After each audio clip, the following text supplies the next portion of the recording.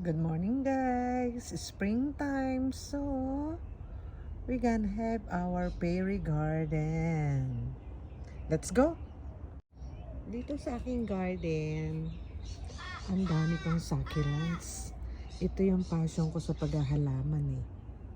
And of course, ang ating mga creation, ating mga succulents arrangement is here.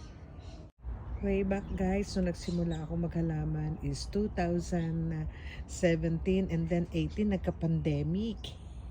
But pandemic is blessing in disguise kasi mas lalo nating na-focus ang ating time, efforts sa ating mga halaman.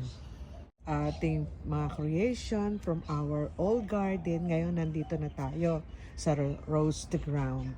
And by next week, mag-uumpisa na tayo sa ating mga creation, ating mga arrangement, ating mga update. Na-admit ko naman I neglect my plant for a while, but gardener is always be a gardener.